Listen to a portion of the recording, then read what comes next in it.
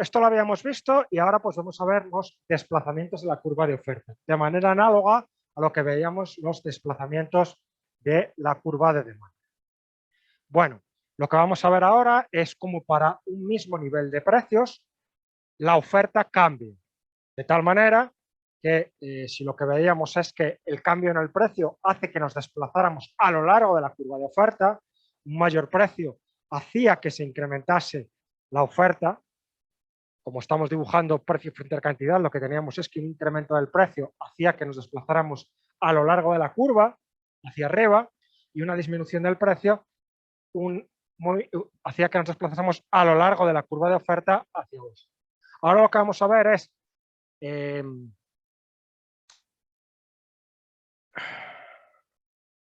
joder, qué arcadas.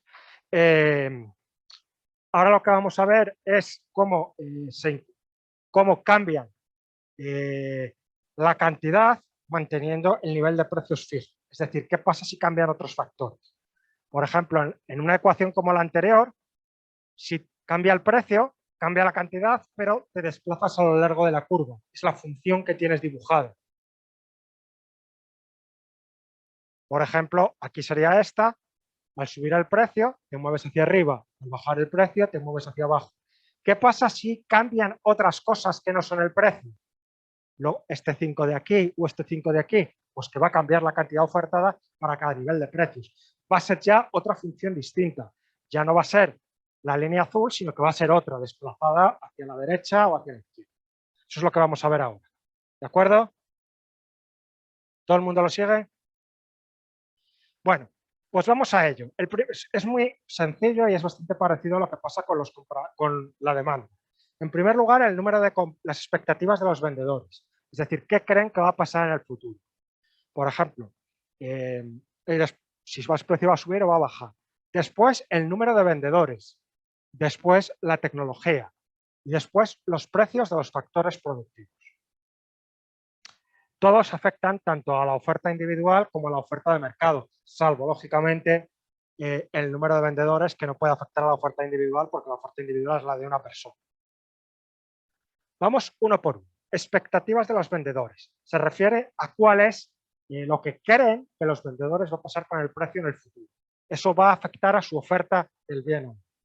Entonces, si creen que el precio va a aumentar en el futuro, lo que van a hacer es vender menos hoy, porque van a esperar en el futuro a que suba el precio. Entonces, la oferta para cada nivel de precios de hoy va a disminuir. Esa es la idea. Si vosotros tenéis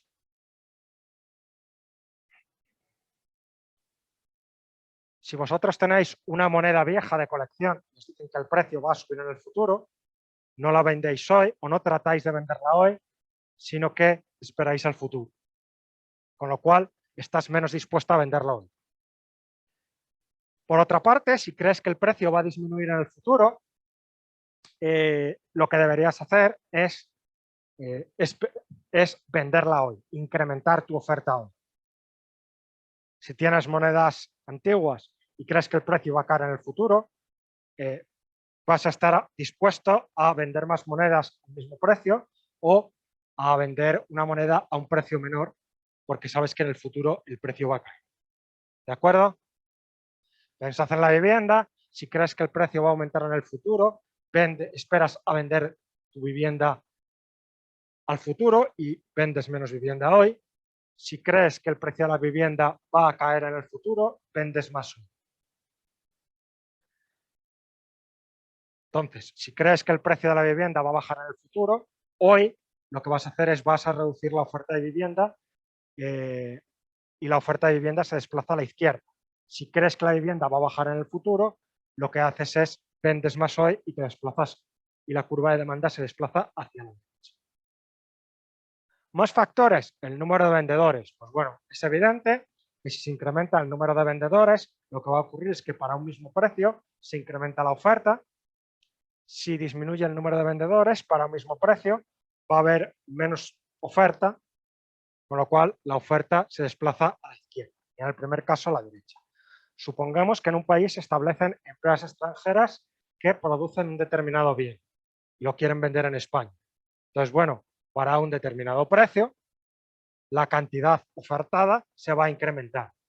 Otro ejemplo, decíamos que en el caso del mercado de trabajo, la oferta de trabajo son los trabajadores, que lo que hacen es ofrecen su fuerza de trabajo por un determinado salario. La demanda de trabajo son las empresas, que quieren contratar fuerza de trabajo a un determinado salario. Entonces, si vienen trabajadores inmigrantes, extranjeros, ¿qué creéis que pasará con la oferta de trabajo? Para un mismo salario de mercado, habrá más o menos gente dispuesta a trabajar. Más gente dispuesta a trabajar.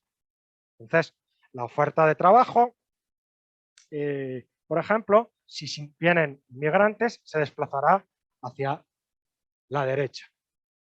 Y lo mismo viceversa. Por ejemplo, no os habéis oído que en Polonia o en Rumanía están subiendo los salarios. ¿Lo habéis oído? ¿Por qué están subiendo en gran parte? Bueno, porque no tienen mano de obra, porque hay muchos trabajadores que han emigrado. Entonces, lo mismo, se ha ido mucha gente del país, entonces, para un nivel determinado de salarios, hay menos gente que está dispuesta a trabajar. La tecnología. Decíamos que la tecnología es aquel mecanismo que nos permite convertir los factores de producción en bienes y servicios. ¿Qué ocurre si se produce una mejora tecnológica? Pues bueno, podemos conceptualizar una mejora tecnológica con que a partir de la misma cantidad de bienes y servicios podemos producir más, o que podemos producir lo mismo utilizando una menor cantidad de bienes, una menor cantidad de factores de producción. Es decir, que te va a permitir producir de forma más barata. La misma cantidad de forma más barata o más cantidad el mismo coste.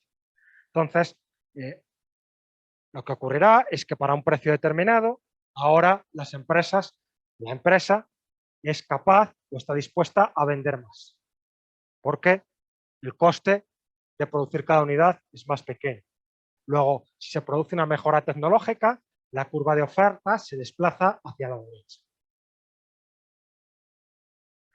Y por último, tenemos el precio de los factores productivos. Los factores productivos son básicamente trabajo, que lo solemos marcar como una W, de la palabra en inglés wage, y el tipo de interés, que lo solemos marcar como R de interest rate.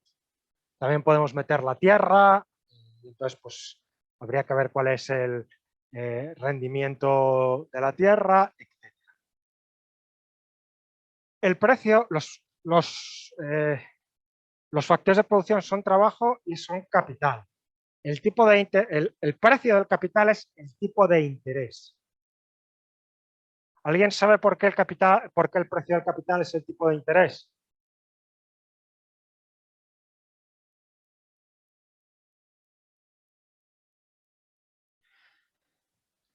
El capital entendemos las máquinas. Bueno, nos tenemos que acordar de que en economía los costes son costes de oportunidad. Eso lo vamos a ver con más detalle en el siguiente tema. Pero los costes son costes de oportunidad, es decir, a todo lo que renunciamos para producirlo. Y después tenemos que el capital son máquinas o en general bienes que se utilizan para producir otros bienes. Una máquina, una mesa, un ordenador, etc. Supongamos que los bienes, es decir, y la mayor parte de esos bienes de capital, que son bienes duraderos, esos bienes no se consumen en el proceso, no desaparecen en el proceso, sino que lo conservas. Vosotros usáis la mesa, producimos la clase, pero la mesa sigue estando ahí. Sufre un desgaste, pero es un desgaste en muchos bienes muy lento. Muy lento.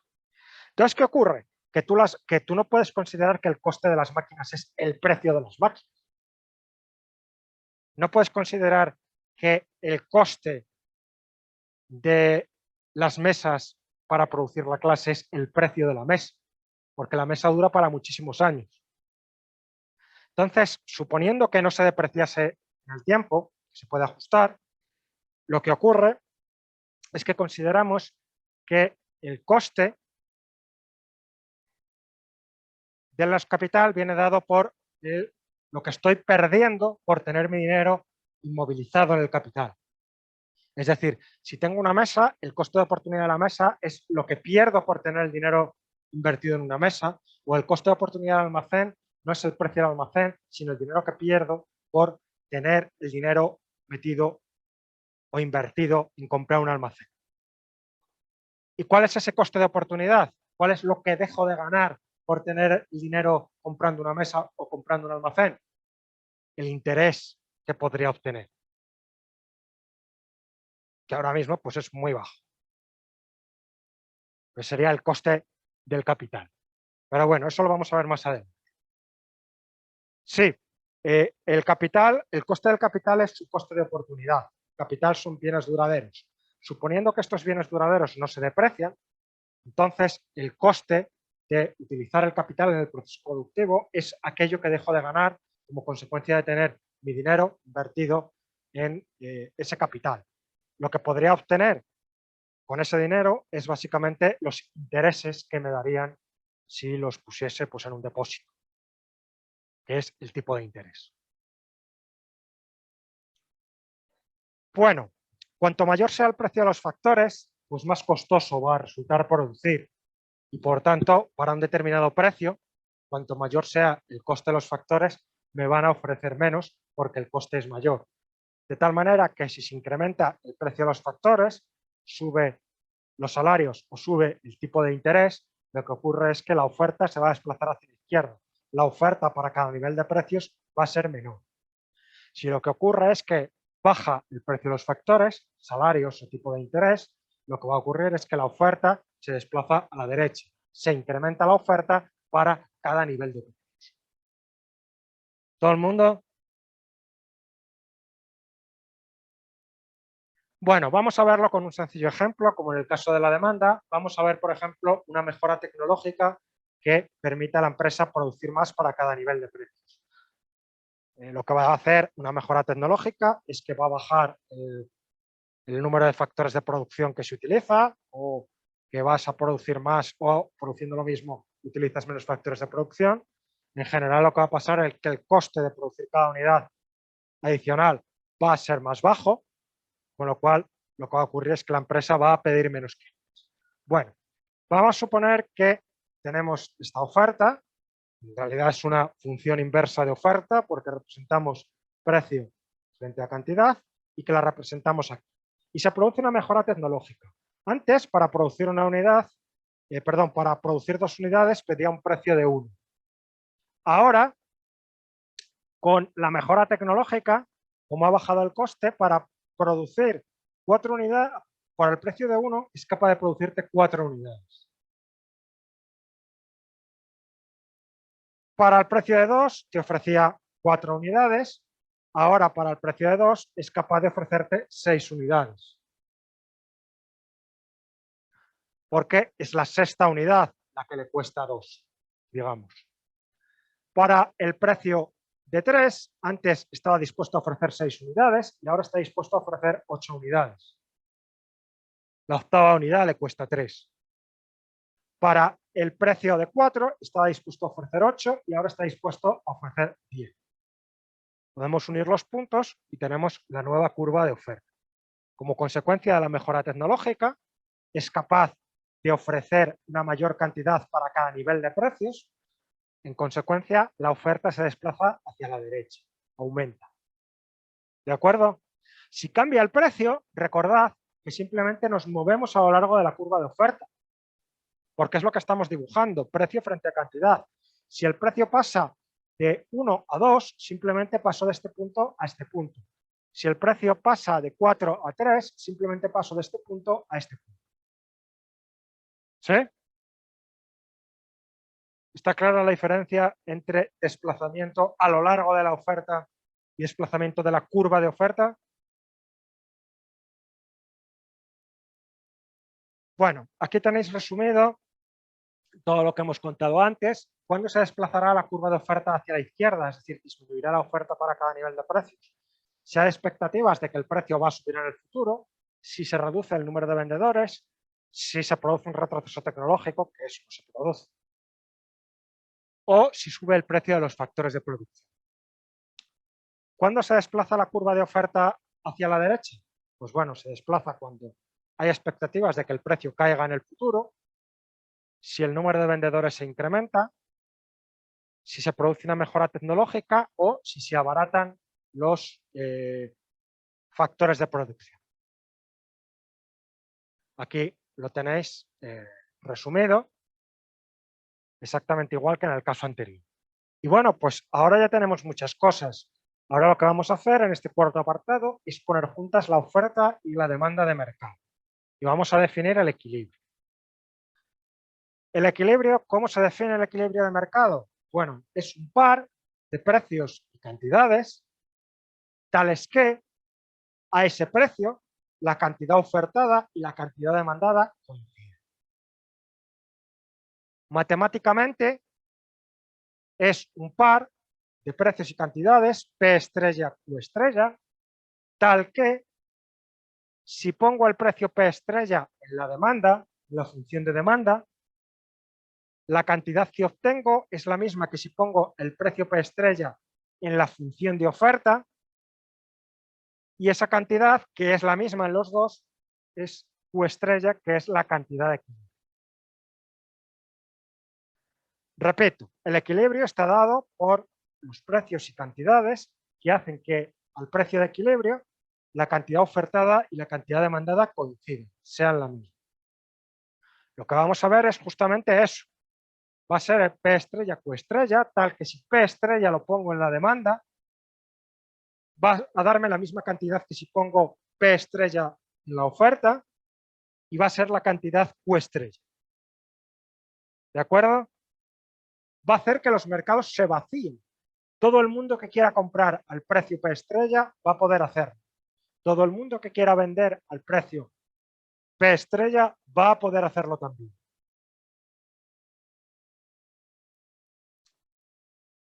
Gráficamente es el punto en el cual se cruzan oferta y demanda. Importante, esto no es una definición. Preguntar qué es el equilibrio y que alguien diga es donde se cruzan la oferta y la demanda, eso no es una definición. Eso es una interpretación gráfica de la definición.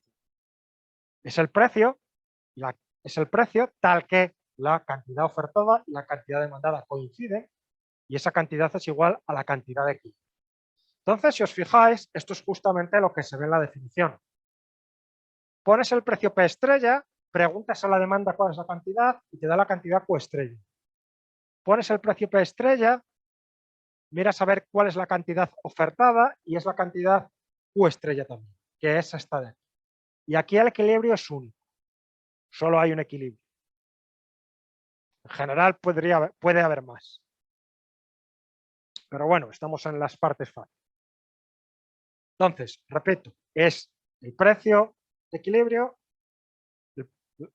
El equilibrio de mercado está compuesto por el precio de equilibrio y la cantidad de equilibrio. De tal forma que al precio de equilibrio la cantidad demandada y ofertada coinciden y esa cantidad la llamamos cantidad de equilibrio. ¿Todo el mundo? Fijémonos por qué esto no es una cantidad de un precio o un equilibrio. Fijaos el precio P1. Al precio P1 tú vas a ver cuál es la cantidad, vas a ver cuál es la demanda y la demanda es QD. Y la oferta es QO. La cantidad ofertada es mayor que la cantidad demandada. Luego eso no es un equilibrio. ¿Sí? Vamos a ver qué pasa si en algún momento hay un precio que se encuentra por encima de la cantidad de equilibrio, porque hay algún tipo de perturbación en el mercado. Si estamos en mercados perfectamente competitivos, con las características que hemos visto, lo que ocurrirá es que las fuerzas del mercado devuelven este mercado al equilibrio. Entonces, si tenemos un precio P1, lo que ocurre es que al precio P1 la cantidad demandada es QD y la cantidad ofertada es Q. La cantidad ofertada es mayor que la cantidad demandada. Tenemos lo que se llama un exceso de oferta. La oferta es superior a la demanda. El mercado no se está vaciando, no es un equilibrio. Oferta y demanda no son la misma. ¿Qué suele ocurrir en este caso? Bueno, pues en este caso lo que tenemos es que a este precio solo hay esta cantidad demandada y a este precio hay esta cantidad ofertada. Pero no hay nada que impida a los vendedores ofrecer por debajo de ese precio que hay ahí. Aquí ahora mismo, si tú te quedaras aquí, como esta es la cantidad ofertada y esta es la cantidad demandada, solo se vendería esto de aquí, que es lo que demanda la gente. ¿Sí? Entonces, hay muchos vendedores que desearían vender a ese precio, pero que no son, que desearían vender y que no están pudiendo colocar su mercancía.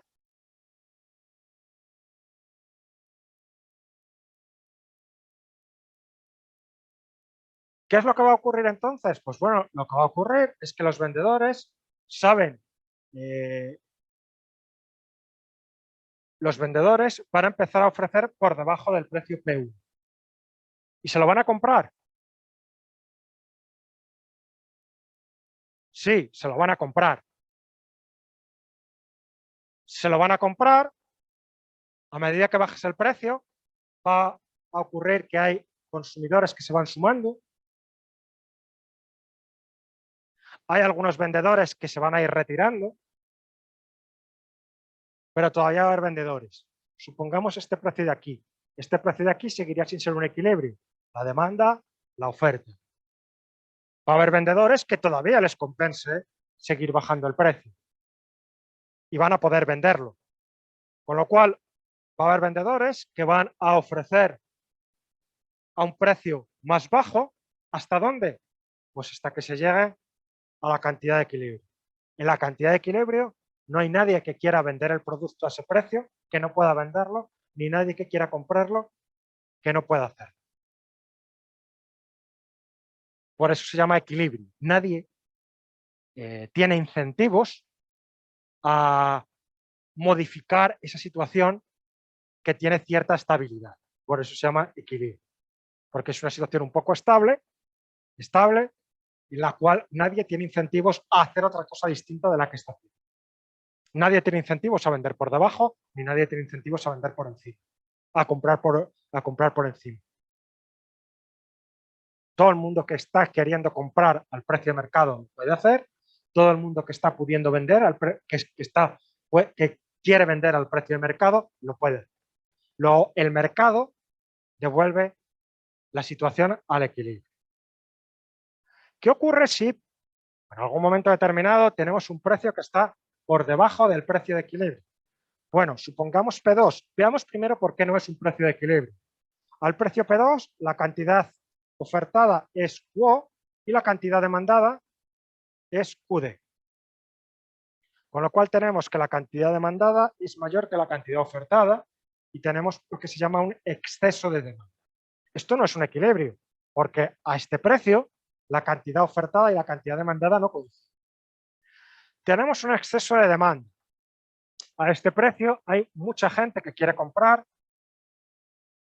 pero hay otros cuantos que pero solo hay unos pocos que quieren vender.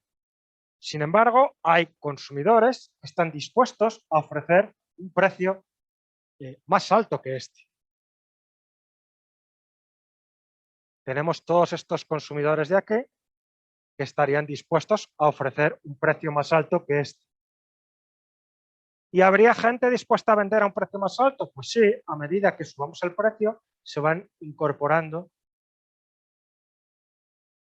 compradores, se van incorporando vendedores. Con lo cual, lo que ocurriría aquí es que hay compradores dispuestos a comprar el bien a un precio superior e irán ofreciendo precios cada vez más altos. Entonces, el precio subirá, seguirá sin ser un equilibrio, se han incorporado oferentes, se han retirado algunos demandantes, los que se vayan retirando por aquí, pero todavía hay gente que está dispuesta a pagar más para acceder al bien. Lo harían y subiría el precio. ¿Y así hasta dónde? Hasta llegar de nuevo al equilibrio. Las fuerzas del mercado llevarían de nuevo al equilibrio de mercado. el precio subiría hasta el precio de equilibrio. ¿Todo el mundo? Bueno, encontrar el equilibrio de mercado analíticamente, gráficamente es muy sencillo, simplemente es el punto en el cual oferta y demanda se cruzan. Encontrar el precio de equilibrio analíticamente es muy fácil y es exactamente lo mismo. Lo que tenemos que hacer es aplicar la definición. El precio de equilibrio, el equilibrio es el precio de cantidades al cual la cantidad ofertada y demandada coinciden. Normalmente nos dan la función inversa de demanda o la función de demanda. Esto es una función inversa de demanda porque el precio está en función de la cantidad. Y la función inversa de oferta, el precio está en función de la cantidad también. A veces nos dan la Q y del otro lado la P, da lo mismo. Si está la P en función de la Q es una función inversa, si está la Q en función de la P es una función de oferta o una función de demanda. La definición lo que te dice es que debes buscar el precio P estrella y Q estrella tal que la cantidad ofertada y demandada, la demanda con P estrella y la oferta con Q estrella, sean igual a Q estrella. Eso es muy simple en nuestro contexto y es simplemente resolver un sistema de ecuaciones con dos incógnitas. Y como son dos ecuaciones con dos incógnitas, tiene solución única. Es decir, tienes el precio y la cantidad que debe ser el mismo en las dos ecuaciones. Simplemente es eso. Despejas la P y la Q y ya tienes el precio y la cantidad de equilibrio. ¿Todo el mundo entiende lo que estoy diciendo o le suena chino? Tienes estas dos ecuaciones que son la función inversa de oferta y la función inversa de demanda. Y lo que te piden, y la definición de equilibrio te dice, son el precio y la cantidad tal que la oferta y la demanda en ese punto sean la misma.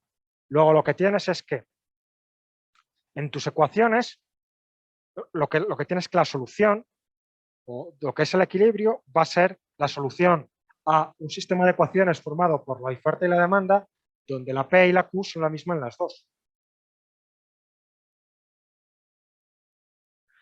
¿Cómo resolvemos eso? Pues bueno, hay muchas maneras de resolver un sistema de ecuaciones, sobre todo uno tan fácil. Había uno que se llamaba por sustitución, donde lo que hacíamos es despejábamos en una y sustituíamos en otra. Había otro que se llamaba por igualación, lo que hacíamos es despejábamos la misma incógnita de los dos lados e igualábamos las ecuaciones. Y había hasta una manera de resolverlo con una matriz de Kramer y no sé qué mandan. Aquí van a ser todas muy fáciles, entonces realmente da lo mismo. Una manera fácil aquí simplemente puede ser, tomo la primera ecuación, he despejado la P y sustituyo aquí y ya está. O simplemente tengo las dos igualadas a P y las igualo. Es equivalente en este caso. Es exactamente lo mismo. No tenemos que pensar mucho. Supongamos que lo que hago es sustituyo esta P de aquí a aquí, luego pongo aquí 20 menos Q igual a 5 más 2Q. Despejando la Q, el 5 pasa por aquí y es 15, la Q pasa por aquí y es 3, me queda 15 igual a 3Q, despejo la Q y es la Q estrella, que es igual a 5. Luego simplemente lo que tengo que hacer es despejo en cualquiera de las ecuaciones. Me tiene que dar lo mismo. Si no me da lo mismo es que lo he hecho mal.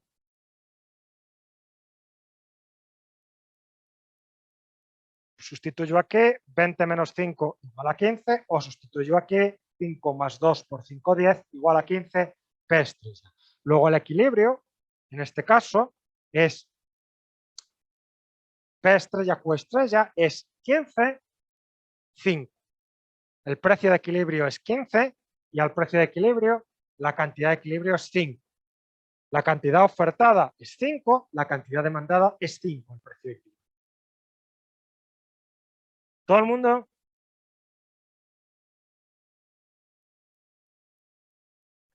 Bueno, Veamos algunas otras aplicaciones. Lo mismo que hemos visto gráficamente, vamos a verlo analíticamente.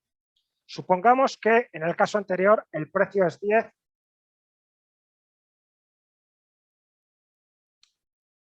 Vamos a ver qué pasa si el precio es 10 o si el precio es 18. Decíamos que el precio de equilibrio es 15.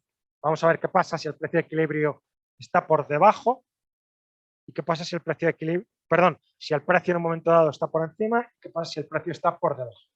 Si está por debajo, cuando el precio es 10, lo que ocurrirá es que lo que voy a tener que hacer es, como veíamos aquí, al precio de 10, si este es 15, lo que hago es miro a ver cuánto es la oferta, miro a ver cuánto es la demanda y la cantidad demandada menos la cantidad ofertada es el exceso de demanda. Si tengo un precio que está por encima de 15, por ejemplo 18, le pregunto a la demanda cuál es la cantidad demandada, le pregunto a la oferta cuál es la cantidad ofertada y calculo el exceso de oferta. Teniendo el precio, preguntarle a la demanda cuál es la cantidad demandada es simplemente que yo sustituya el precio en la demanda. Preguntarle el precio a la cantidad a la oferta sabiendo el precio, simplemente es que yo sustituya el precio en la función de oferta. ¿Sí? Luego, si el precio es 10, sustituyendo las ecuaciones anteriores, si el precio es 10, sustituyendo en la ecuación anterior aquí 10, tengo que la cantidad, la paso para este lado y esto lo paso para el otro lado, me queda 20 menos 10, la cantidad es 10. ¿Qué pasa con la cantidad ofertada? Bueno, tendría que poner aquí 10, aquí paso el 5 para este lado, me queda 5, me quedaría 5 igual a 2Q. Eso significa Q igual a 5 dividido 2 es igual a 2,5. Es decir, si tengo una cosa como esta, aquí esta cantidad es 10, esta cantidad es 2,5. Luego el exceso de oferta, 10 menos 2,5 es 7,5. ¿Todo el mundo se da cuenta de dónde han salido estos números? ¿Alguien que quiera que lo repita? ¿Qué pasa con el exceso de oferta? Pues igual. Vamos a ver al precio de 18, que me va a generar una oferta mayor que la demanda. Vamos a ver cuál es la cantidad ofertada y demandada. Voy a tomar el 18, lo voy a sustituir en la función de oferta y me va a dar esta cantidad. Voy a tomar el 18, lo voy a meter en la función de demanda y me va a dar esa cantidad. Restando la cantidad ofertada menos la cantidad demandada, es el exceso de oferta.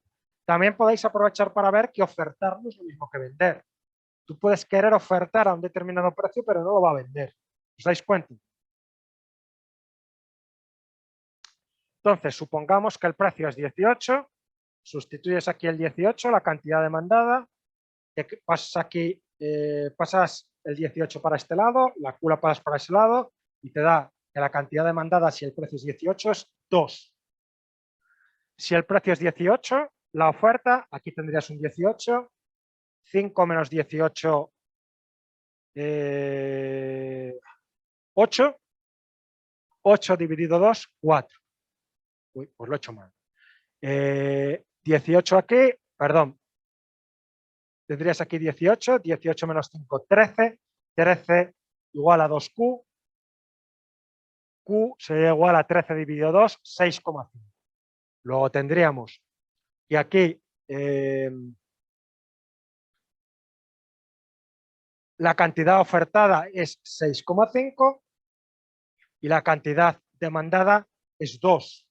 Luego 6,5 menos 2, 4,5.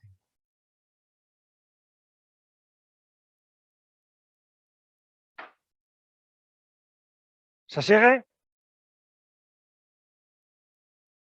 ¿Por ahí atrás se sigue?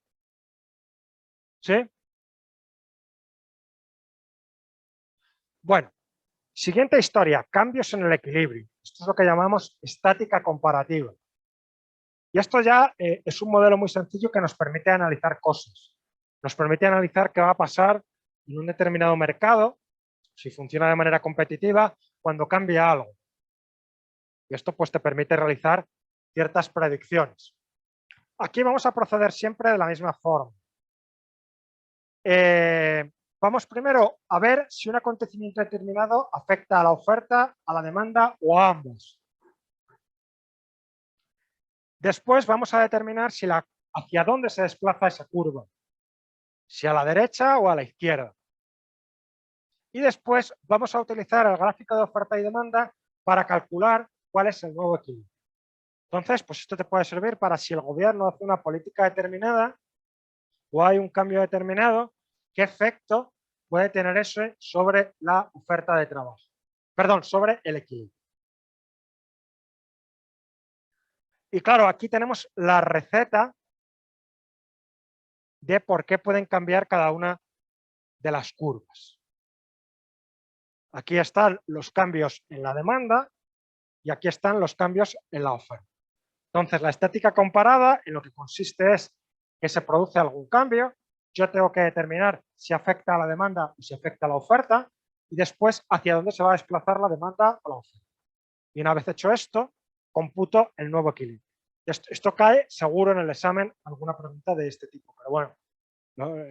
El examen es como los ejercicios y como lo que estamos viendo en clase, o sea, que no tiene ninguna... No estoy diciendo nada, una información extraordinaria o secreta ni nada por el estilo. Entonces, supongamos que se produce un acontecimiento que hace que la demanda se desplace a la derecha. Podría ser que aumentan los gustos por el bien, los consumidores creen que el bien va a subir en el futuro y entonces quieren demandar más hoy, se incrementa el número de compradores, en un bien normal se incrementa la renta o en un bien inferior disminuye la renta, se incrementa el precio de bienes sustitutivos o disminuye el precio de bienes complementarios. En esos casos, la demanda se desplaza hacia la derecha, hacia arriba. ¿Qué ocurrirá? Pues que el precio P estrella ya no va a ser un equilibrio. Esto es la nueva demanda. Al precio de aquí, la cantidad ofertada va a ser esta y la cantidad demandada va a ser esta de aquí. ¿Qué es lo que se produce? Un exceso de demanda.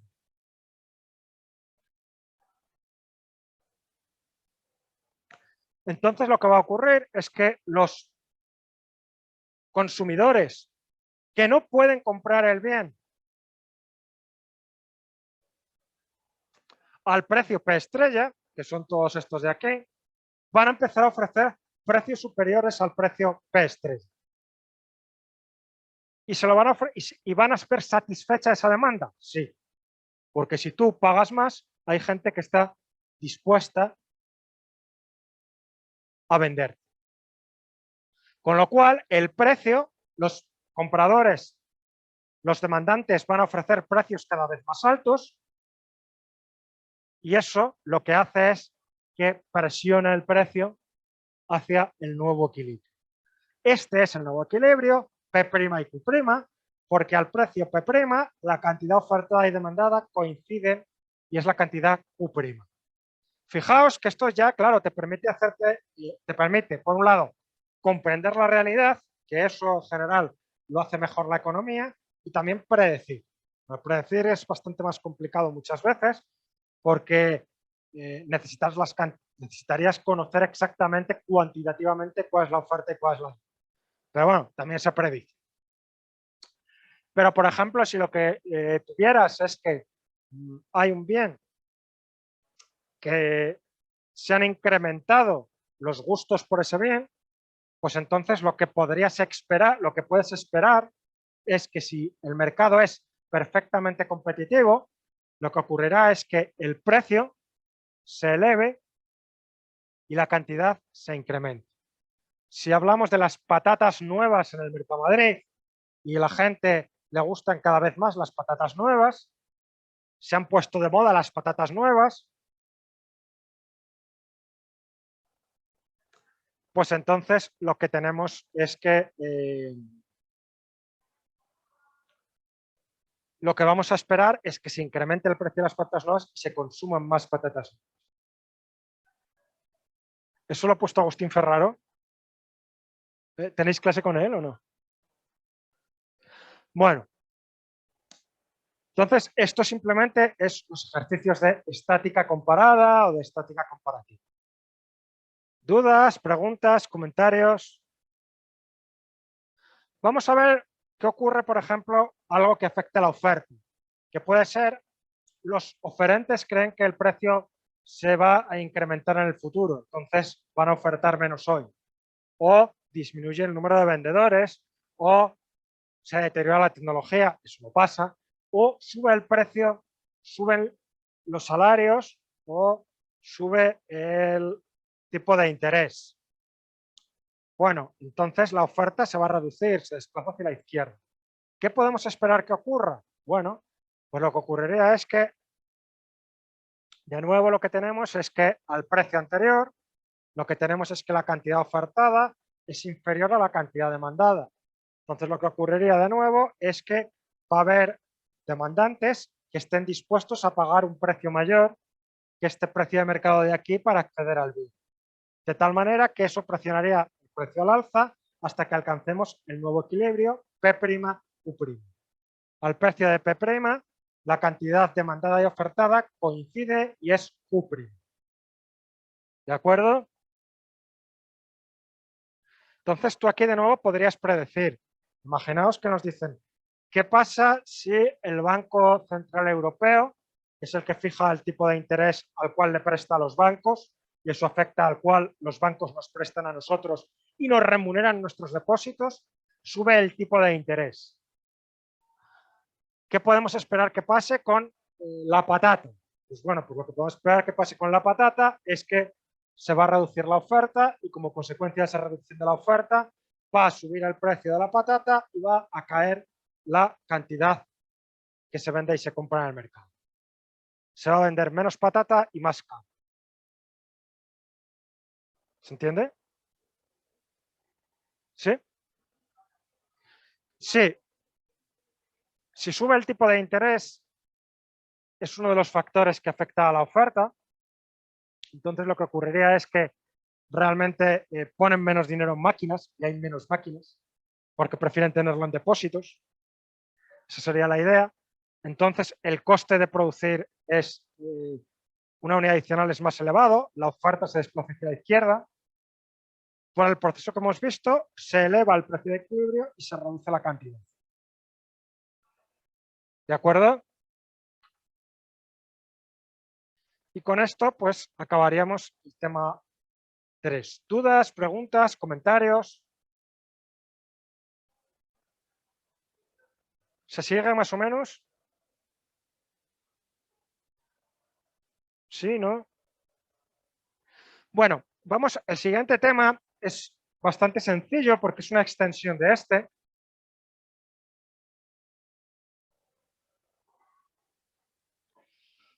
Hay muchos conceptos y hay muchas cosas en economía que puede que tengan poco interés, pero este tiene mucho interés porque tiene mucho que ver con la política económica, tiene mucho que ver con las políticas de impuestos y con las políticas sociales. Y tiene que ver con las elasticidades. Bueno, lo que vamos a ver en primer lugar es una pequeña introducción. Después nos vamos a centrar en la elasticidad de la demanda y vamos a ver distintos tipos de elasticidades, la elasticidad precio de la demanda, la elasticidad renta de la demanda y la elasticidad cruzada de la demanda. Después vamos a ver la elasticidad precio de la oferta y después vamos a ver la relación entre la elasticidad precio de la demanda y los ingresos de los vendedores. ¿Dónde podemos encontrar esto? Bueno, pues esto de nuevo viene en todos los libros y viene de una manera muy parecida. Por ejemplo, en los capítulos 5 y 6 del libro de Acemoglu, en el capítulo 3 de Blanco, en los capítulos 7 y 8 de Core, y en el capítulo 4 de Goodwin o en el capítulo 4 de Mankiw y Deten. Todos viene lo mismo. Puede que cambie exactamente la manera de definirlo y lo comentaré en algún momento determinado. Bueno, ¿el tema cuál es? ¿Es igual la demanda de todos los bienes? ¿Es lo mismo la demanda de agua que la demanda de yates? ¿O es lo mismo la demanda de coches usados que la demanda de Mercedes? ¿O hay alguna relación entre la demanda de gasolina y la demanda de neumáticos? Pues esos son el tipo de cosas que vamos a ver aquí. Cuando hablamos de la elasticidad de un material, a lo que nos referimos es cómo cambia ese material cuando aplicamos una fuerza. Cuando hablamos de elasticidad de la oferta o de la demanda, lo que vamos a ver es cómo cambia la oferta o la demanda cuando producimos algún cambio. Si hablamos de la elasticidad precio, va a ser cómo cambia la oferta y la demanda cuando cambia el precio. Pero puede haber otras cosas que cambien. En la elasticidad renta de la demanda, lo que vemos es cómo cambia la demanda cuando cambia la renta. Entonces, lo que vamos a ver aquí es cuánto cambia o cómo cambia la demanda cuando cambia el precio, cuando cambia la renta o cómo cambian pues, el precio de otros bienes. Y vamos a ver que ese cambio no siempre es el mismo y que es relevante esas diferencias en el cambio. La elasticidad, por lo tanto, lo que trata es de medir cuál es el cambio de la demanda cuando se produce un cambio en los precios, en la renta o en el precio de otros bienes. La elasticidad precio de la oferta, normalmente la oferta solo hacemos frente al precio, lo que va a medir es cuánto cambia la oferta cuando cambia el precio. Hemos dicho hasta ahora pues que sí, que la demanda depende negativamente del precio, pero no va a ser lo mismo la demanda de agua que la demanda de yates.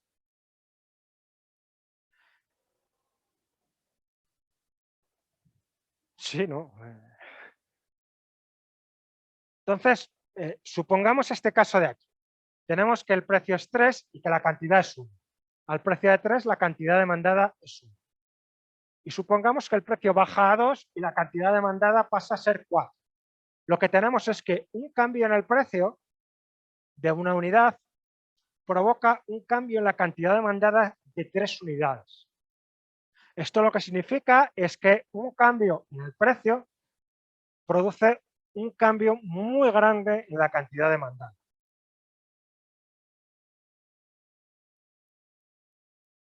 Vamos a ver otro caso distinto, con otra curva de demanda distinta.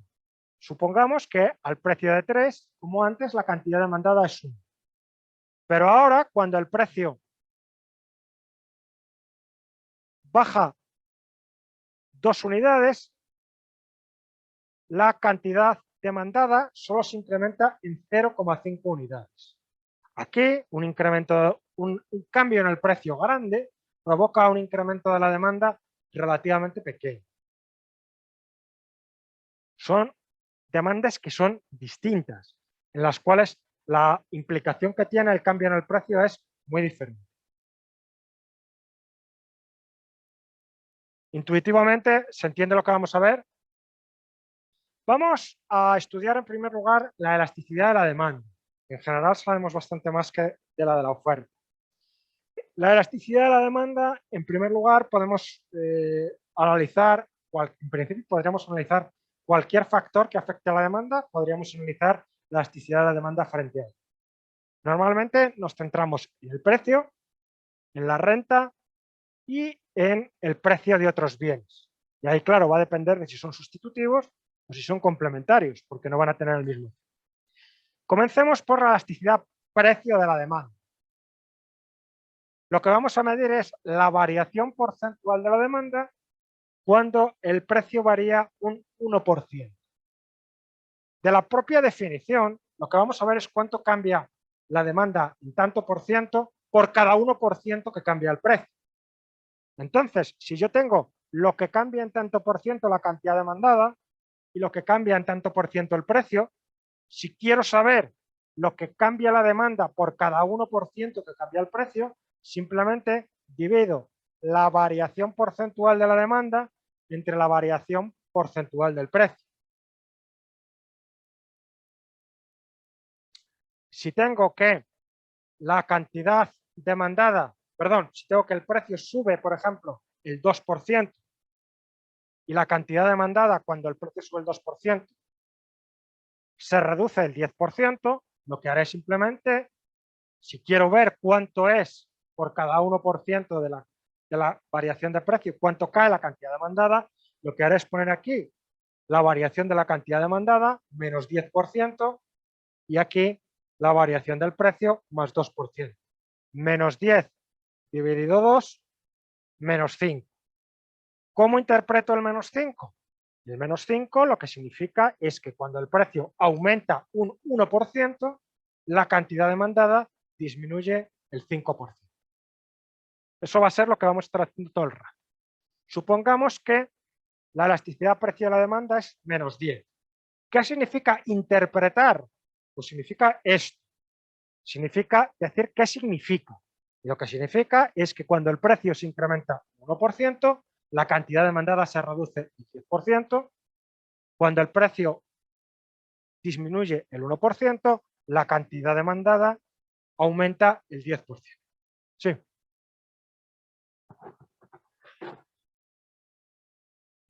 La fórmula es una definición. Lo que te interesa es cuánto cambia porcentualmente la demanda cuando el precio varía un 1%. Entonces, si tú tienes que el precio varía, por ejemplo, el 2% y que la demanda varía el 20%, si tú quieres saber cuánto es, no por 2%, sino por 1, divides 20 entre 2 y te daría 10. Como normalmente tienen el signo cambiar, son de signo contrario, porque la demanda depende negativamente del precio, la elasticidad precio de la demanda va a ser negativa. Entonces, si te dan menos 10, tú lo que sabes que significa que cuando el precio sube el 1%, la demanda cae el 10%, o que cuando el precio cae un 1%, la demanda aumenta el 10%. Si tienes que la elasticidad precio de la demanda es menos 0,5, lo que significa es que un incremento del precio del 1% hace que la demanda caiga el 0,5%, o que cuando el precio cae el 1%, la cantidad demandada aumenta el 0,5%. Eso significa interpretar la elasticidad.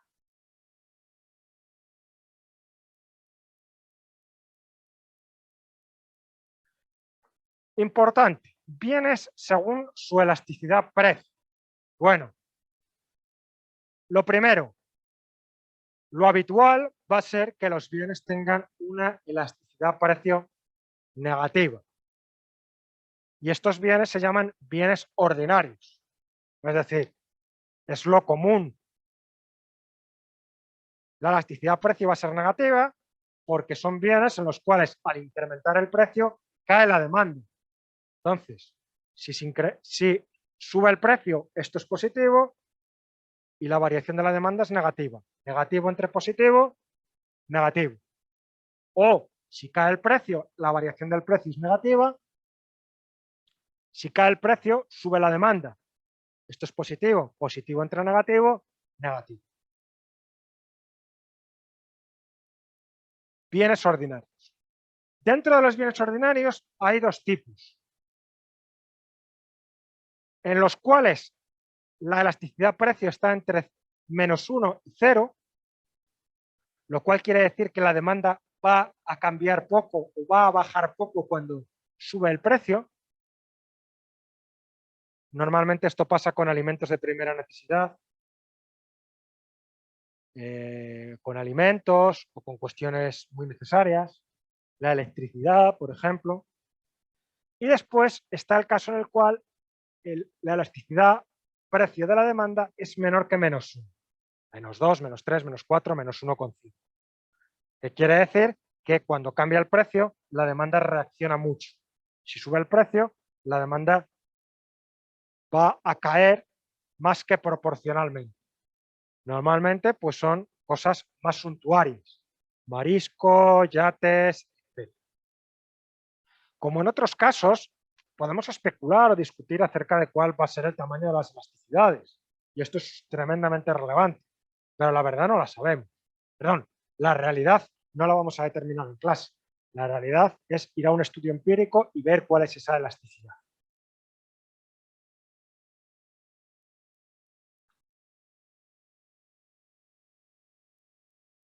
Existen casos en los cuales la elasticidad precio es positiva. Son casos en los cuales, al subir el precio, sube la demanda al bajar el precio, baja la demanda. Y esto es poco común. Y estos bienes se llaman bienes GIFE. Hay pocos bienes que cumplan estas características. Muy pocos. De los pocos que conocemos, pues son, por ejemplo, las patatas históricamente en Irlanda, en siglos pasados, y el arroz en China. Suelen ser bienes que son bienes muy inferiores que la gente consume normalmente porque no tiene otra opción. Entonces, el mecanismo por el cual ocurre esto es el siguiente. Imaginemos el caso de las patatas en Irlanda. Si sube el precio de las patatas, lo que ocurre es que la gente deja de consumir otras cosas, como carne y demás. Y únicamente lo que va a hacer ya es consumir patatas o consumir más patatas. Esa es la idea. ¿Qué pasa con estos bienes? Son bienes tan inferiores que lo que ocurre es que cuando sube su precio, la gente deja de consumir otros y consume más de estos. Hay otros bienes en los cuales se puede observar estas relaciones con el precio, pero es por otras cuestiones distintas. Por ejemplo, pues hay otros bienes en los cuales se puede observar que al subir el precio aumenta la demanda, pero son porque son a veces que se llaman bienes Veblen, si mal no recuerdo, pues son bienes que la gente compra para presumir de ese tipo de bien. Entonces, cuanto más alto es el precio, pues más lo compra. Sí.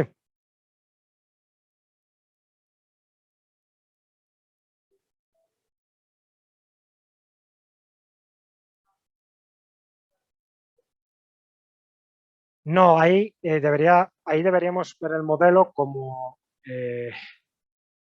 por tema de expectativas. Creen que el precio va a subir en el futuro y la oferta se incrementa hoy. Estuve leyendo un poco del tema de las criptomonedas, por cierto, ya que lo mencionasteis, y las criptomonedas no tienen valor intrínseco de ningún tipo. Para mí, invertir en criptomonedas es de estar loco. Soy una persona aversa al riesgo, entonces una criptomoneda no vale nada. Lo único que tiene, digamos que el valor puede ser relativamente estable, o que el valor no cualquiera puede emitir criptomoneda, tienes que minar y el número de criptomonedas que se pueden emitir en total está limitado desde el principio. Son 21 billones o 21 millones de bitcoins, no recuerdo exactamente. ¿Podría tener un valor intrínseco? Pues a lo mejor tiene un valor intrínseco, pero el único valor intrínseco que a mí se me ocurre, y por lo que he leído, es su utilización para el crimen. Creo que es el 60% de transacciones en bitcoins son en actividades criminales. Están relacionadas con actividades criminales. Y entonces, bueno, pues lo que tiene eso es que no te pueden rastrear. Es totalmente anónimo. Una transferencia bancaria, pues, etcétera. Y de eso no hay ninguna manera de rastrearte. Entonces, el hecho de disminuir tu probabilidad de que te trinquen haciendo una cosa ilegal, pues eso tiene un valor. Pero lo demás, o sea, eso le puedes tú otorgar un valor.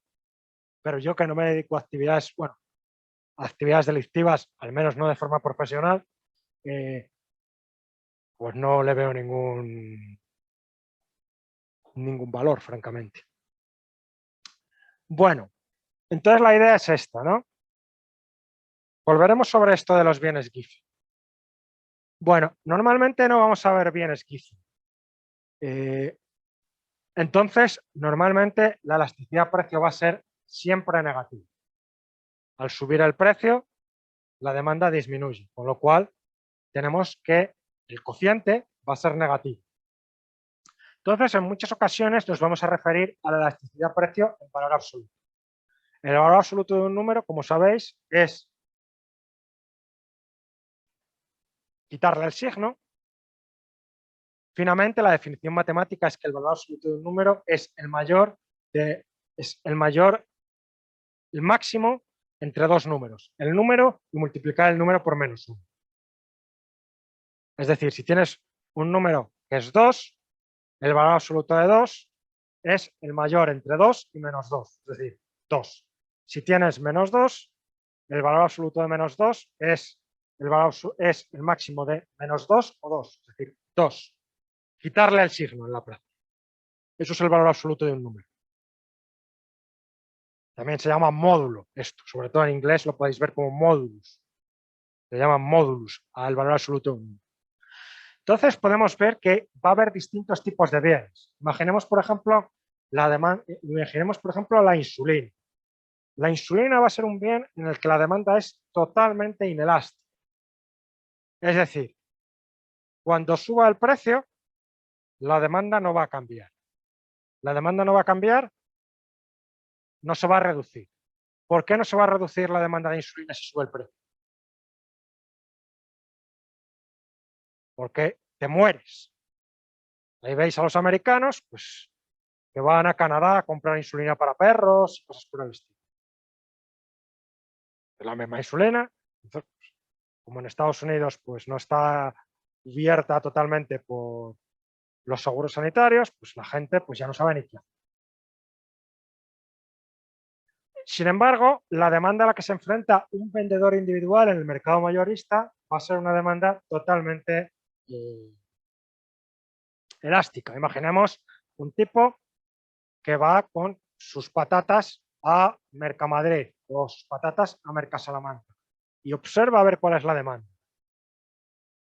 Y bueno, él lo que va a observar es que al precio de 0,40 o 0,36, al precio que haya en ese momento, él puede vender todas las patatas que quiere.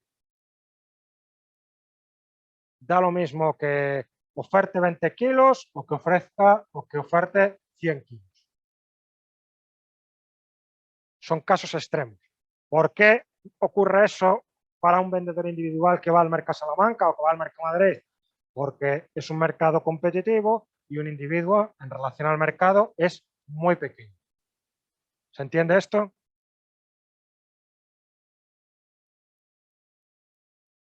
O si sois un país productor de petróleo y observas cuál es la demanda que hace Andorra de petróleo, o país del Vaticano o San Marino, pues la demanda a la que te enfrentas es totalmente... Bueno, una misma curva de demanda, esto es importante, puede tener tramos elásticos e isoelásticos, o de elasticidad, perdón, y de elasticidad unitaria. Es decir, dentro de una misma curva de demanda puede haber trozos que sean con elasticidad en valor absoluto mayor que 1, con elasticidad en valor absoluto menor que 1, o con elasticidad igual a 1. Y hay curvas de demanda que tienen la misma elasticidad en todos los puntos también, que se llaman curvas isoelásticas. ¿Tipos de demandas según elasticidad-precio? Bueno, si la elasticidad de la demanda en valor absoluto es menor que 1, hablamos de demanda inelástica. Si en valor absoluto la elasticidad-precio de la demanda es mayor que 1, hablamos de demanda elástica.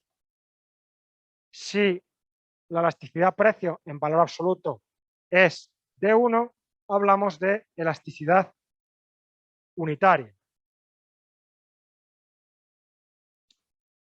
Tenemos casos extremos, sí.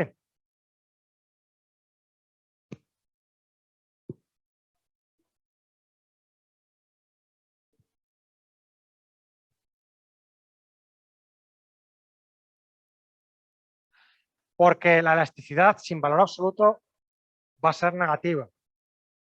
Entonces, si tú tienes una elasticidad-precio de menos 10, en valor absoluto esa elasticidad-precio es 10. Es una demanda elástica.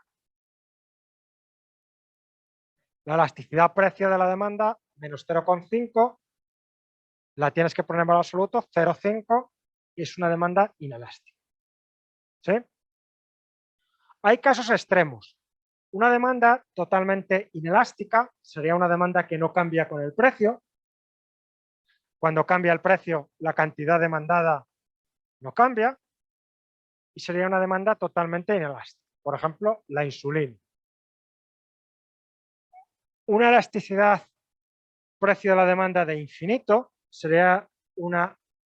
correspondería a una demanda en la cual, al producirse una pequeña variación del precio, una variación del precio del 1%, el incremento de la demanda, el cambio en la demanda, es un cambio muy grande. De infinito, normalmente pues que pasa de 0 a algo. Esto es gráficamente una demanda totalmente elástica, a la que se enfrentaría el tipo que va al Mercado Salamanca a vender individualmente. Él se asoma con sus patatas y ve que al precio de P1 puede vender todas las patatas que quiere. Ahora, por encima no le van a comprar ni una patata, porque hay mucha gente, se la compran a otro. ¿Sí? Y esto sería una demanda, por ejemplo, de un comprador de insulina que aunque cambie el precio, siempre va a demandar la cantidad Q1. ¿Sí? Factores que afectan a la elasticidad precio de la demanda, que afectan a que pueda ser mayor o menor. Bueno, en primer lugar, el tipo de necesidad que cubre. Pues los bienes que son más imprescindibles van a tener una elasticidad precio más pequeña, en valor absoluto. Los bienes más superfluos, suntuarios, que no son necesarios, van a tener una elasticidad precio más elevada. Por ejemplo, la leche tiene una elasticidad precio baja, mientras que los yates tienen una elasticidad precio alta. La cantidad y la calidad de bienes sustitutivos. Eso va a afectar a en qué medida el consumidor puede reaccionar a un cambio en el precio. Si tenemos un bien que tiene muchos y buenos sustitutivos, cuando cambie el precio del bien que estamos estudiando, ese tipo se va a poder ir a comprar otros bienes sin mucho problema. Con lo cual la demanda va a variar mucho.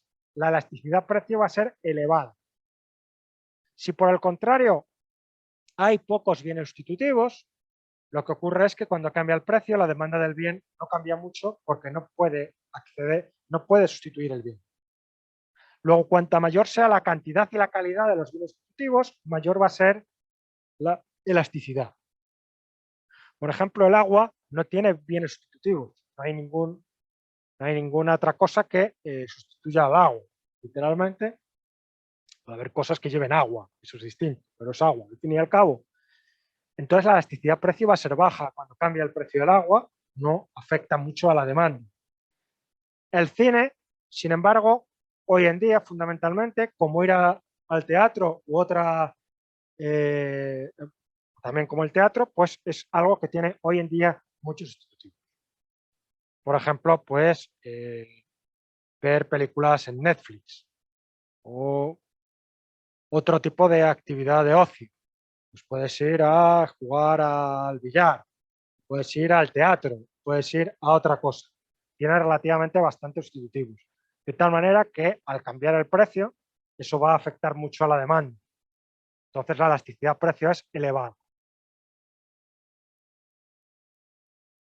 ¿Todo el mundo sigue?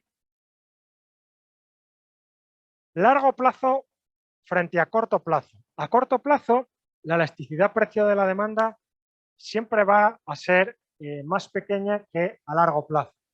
Básicamente porque a largo plazo tienes mayor posibilidad de sustituir el bien. Sí. Por ejemplo, el tema de la demanda de gasolina a corto plazo y a largo plazo. Si ves cómo cambia la demanda de gasolina a corto plazo cuando cambia el precio, va a ser poco. ¿Por qué? Bueno, pues porque el coche no se alimenta de café con leche. El coche o le echas gasolina o le echas gasolina, no hay otra. ¿Puedes restringir algunas actividades con el coche? Puedes hacerlo. Pero posiblemente tendrás que seguir yendo a trabajar si necesitas el coche y tendrás que seguir haciendo otra serie de cosas. Luego, aunque suba el precio, el incremento de la cantidad demandada, el cambio en la cantidad demandada va a ser pequeño. Si sube la gasolina, cae la demanda, pero cae poco. ¿Qué pasa a largo plazo? Pues a largo plazo la elasticidad es mayor. ¿Por qué? Porque tienes más posibilidad de sustituirlo. Pues por ejemplo, puedes plantearte si la próxima vivienda que compres la vas a comprar más cerca de tu trabajo. O puedes valorar si te compras un bono del metro o incluso si optas pues, por un coche de menor consumo o un coche eléctrico, por ejemplo. Pero en el corto plazo eso va a ser más difícil hacer. Luego, en el corto plazo, la elasticidad precio es más baja que en el largo plazo, porque las posibilidades de sustituir el bien o el servicio en el largo plazo son siempre mayores. ¿De acuerdo? Aquí ya podéis ver algunas de las claves de la política económica. Bueno, vamos a comentar otros.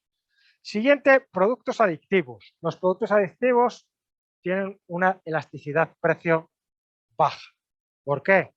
Al subir el precio, la cantidad demandada cambia poco.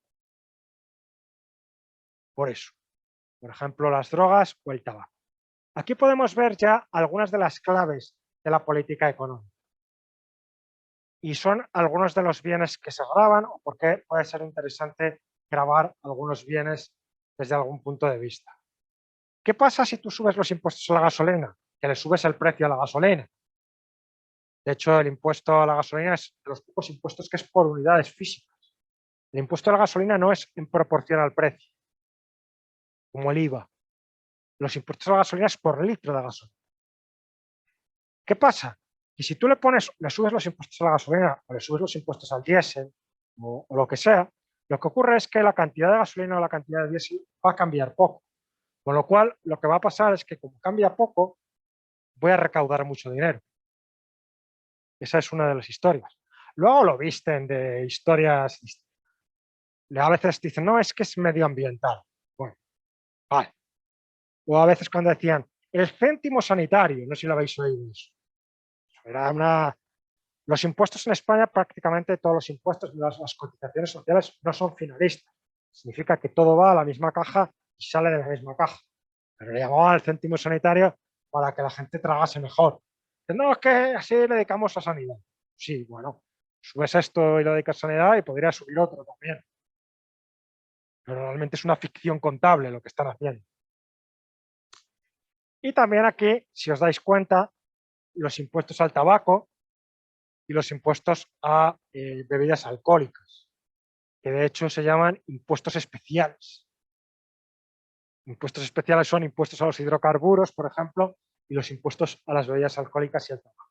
Aunque hay más motivos por el cual se pueden gravar, como pues para hacer frente,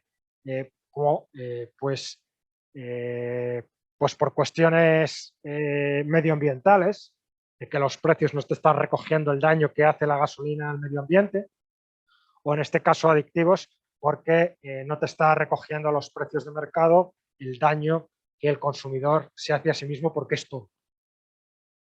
Eso sería la otra justificación para este tipo de impuestos que veremos. Pero aquí, como podéis, podemos ya ver cosas interesantes sobre política económica. Después, la proporción de renta que el consumidor dedique a comprar un bien. Cuanto mayor sea la proporción de renta que el consumidor dedique a comprar un bien, mayor va a ser la elasticidad, porque va a tener una mayor repercusión. Si ese bien supone una parte importante de tu presupuesto, pues va a tener mayor efecto que si supone solo una pequeña parte. Pues supongamos, por ejemplo, el Papa Francisco o Cristiano Ronaldo y la Coca-Cola. El Papa Francisco, pues yo supongo que no beberá mucho alcohol, no beberá muchas copas. Entonces, si sube el precio de las copas, eso no va a afectar mucho a su demanda. O de Cristiano Ronaldo, pues beberá alcohol una vez al año, Cristiano Ronaldo. En Navidad beberá un sorbo de champán o alguna cosa. Entonces, ¿cuál es el impacto que tiene que suba el champán en el sueldo de Cristiano Ronaldo, en el presupuesto de Cristiano Ronaldo? Pues pequeño. Pues bastante pequeño. Sin embargo, en un estudiante, imaginemos que se gasta la mitad de su presupuesto en copas, pues el incremento del precio de las copas va a tener un impacto muy fuerte sobre su presupuesto, con lo cual va a afectar más a su demanda. ¿Se entiende la idea? Entonces, a igualdad de condiciones, cuanto mayor sea la proporción de la renta que se dedique a un determinado bien, mayor va a ser la elasticidad. Esa es la idea.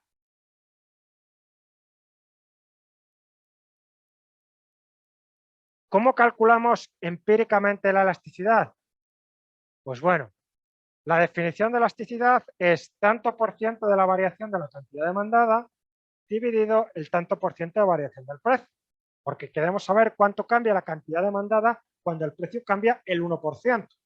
Entonces, si la variación del precio es distinta al 1%, pues lo que tenemos que hacer es dividir la variación de la cantidad entre la variación del precio para saber cuánto es por 1%.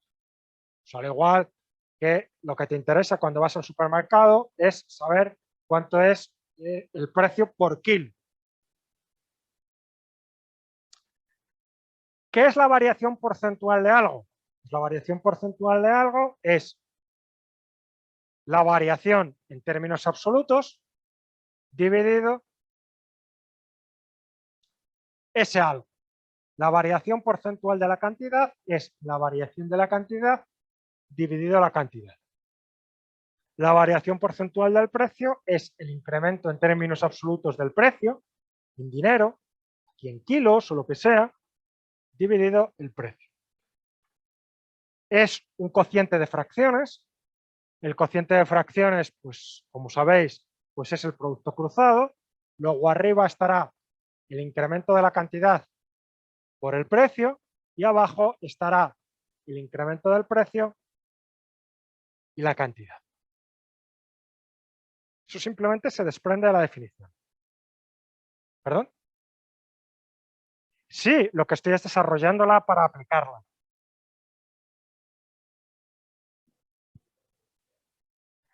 Ahora vamos a ver aquí un caso y a lo mejor si alguien ha visto la elasticidad y dependiendo del libro al que vaya, pues esto pues puede cambiar.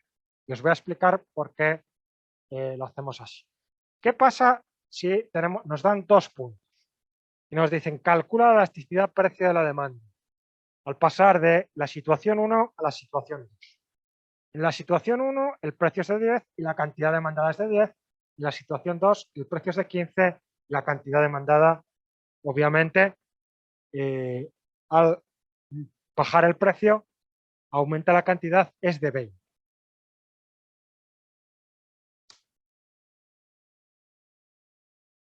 Entonces aquí nos surgiría la duda porque tenemos que aplicar esta expresión de aquí.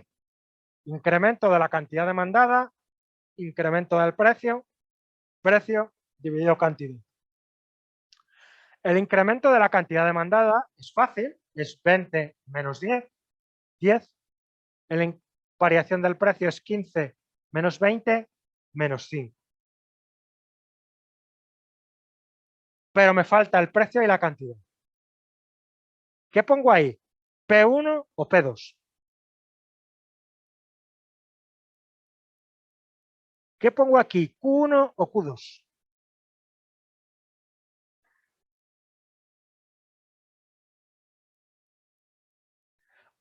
Una tentación posible, y viene, y en algún libro lo podéis encontrar así, y quien haya visto esto a lo mejor en bachillerato lo hacían así, es decir, bueno, si paso de 1 a 2, lo que tengo que poner ahí es el 1.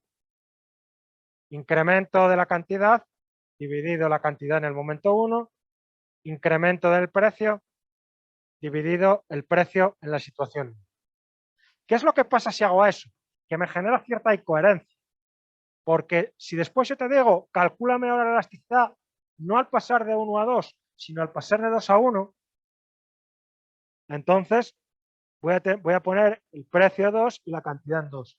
Y me va a salir que la elasticidad al pasar del punto 1 al punto 2 me da distinta que al pasar del punto 2 al punto 1.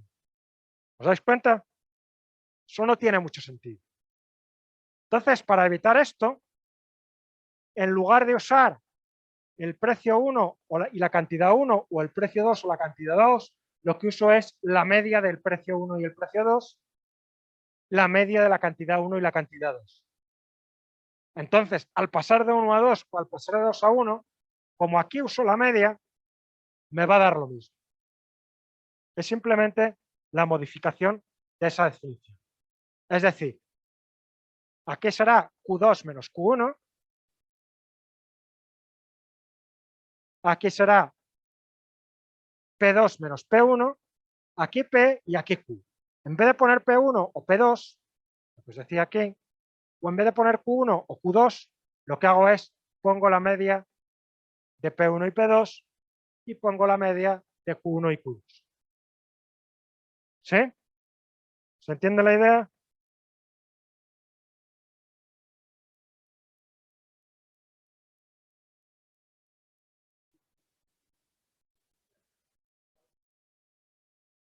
Perdón.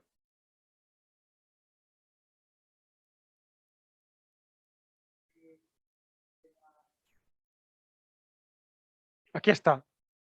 Vamos a aplicarlo. Cantidad en 2, 20. Cantidad en 1, 10. 10. Cantidad, precio en 2, 15. Precio en 1, 20. Menos 5. Aquí no uso 20 o uso 15. Uso la media. 20 más 15, 35 dividido 2, 17,5. El precio, no uso 10 o uso 20. Uso 10 más 20 dividido 2, 15. Entonces da lo mismo que lo haga de 1 a 2 que de 2 a 1. Me va a salir lo mismo. La cantidad que me sale aquí es menos 2,33. Lo importante no es el número, sino su interpretación.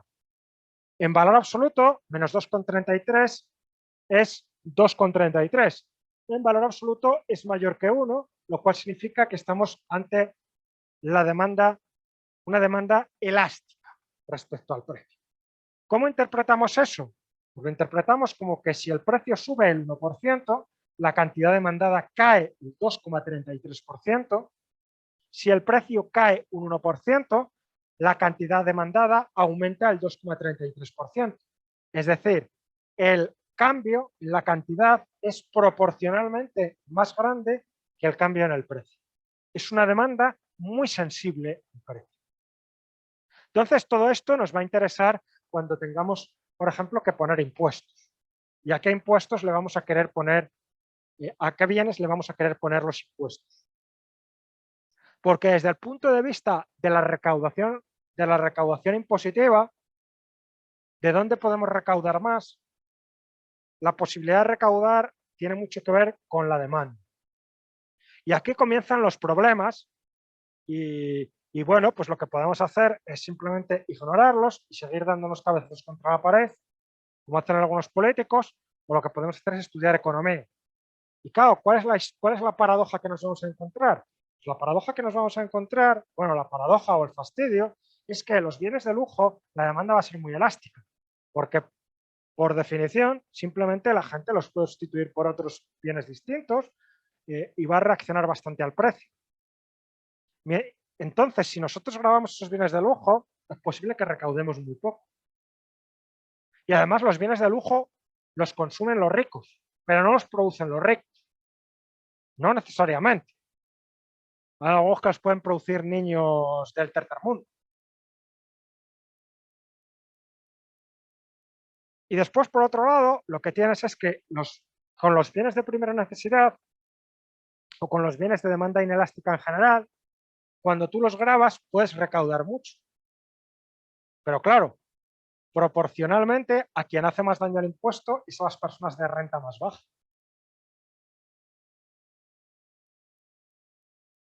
Entonces, esto es un problema.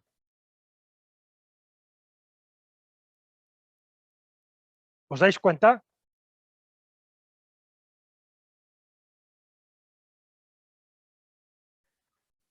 Entonces, por eso el tema de la elasticidad es muy importante. Antes de pasar a esto, que ya lo veremos el próximo día, pero fijaos que os decía el primer día el tema este de cuando la subida de las tasas en Castilla y León, que el rector matemático decía que caerían los ingresos subiendo las tasas. lo que él creía o lo que él argumentaba sin saberlo, pero como es matemático y es catedrático, pues es más listo que nosotros, es que la elasticidad precio de la demanda de ir a la universidad era una elasticidad baja, perdón, era una elasticidad alta. Al subir el precio iban a caer mucho el número de alumnos y entonces eso iba a afectar negativamente el dinero recaudado.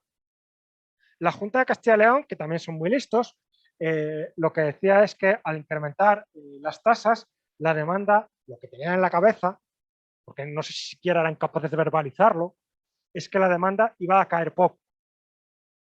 Y entonces iban a incrementar los ingresos por tasas. ¿Se entiende la idea? Ninguno de los dos tenía ni puta idea de cuál era la elasticidad de la demanda de ir a la universidad respecto a las tasas.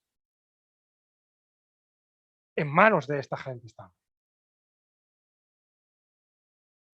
Si tuviera uno de los dos de frente, pues lo que hace es, por lo menos, seguramente no tendrás estudios para España, porque las tasas son las mismas aproximadamente en todo el país, no tienes experimentos, pero te puedes ir a la literatura, te puedes buscar artículos, te puedes buscar revisiones de literatura que te digan cómo es la demanda de ir a la universidad respecto a las tasas. Yo sé que la demanda de la gasolina, porque he visto estudios respecto al precio de la gasolina, es muy baja. Pero no sé cómo carajo es respecto a las tasas. ¿Se entiende la idea? No tienen ni idea. Ahora, pontificaban. Daos cuenta. Sí, daos cuenta de estar en estas manos. Bueno, dudas, preguntas, comentarios. Bueno, pues seguimos mañana.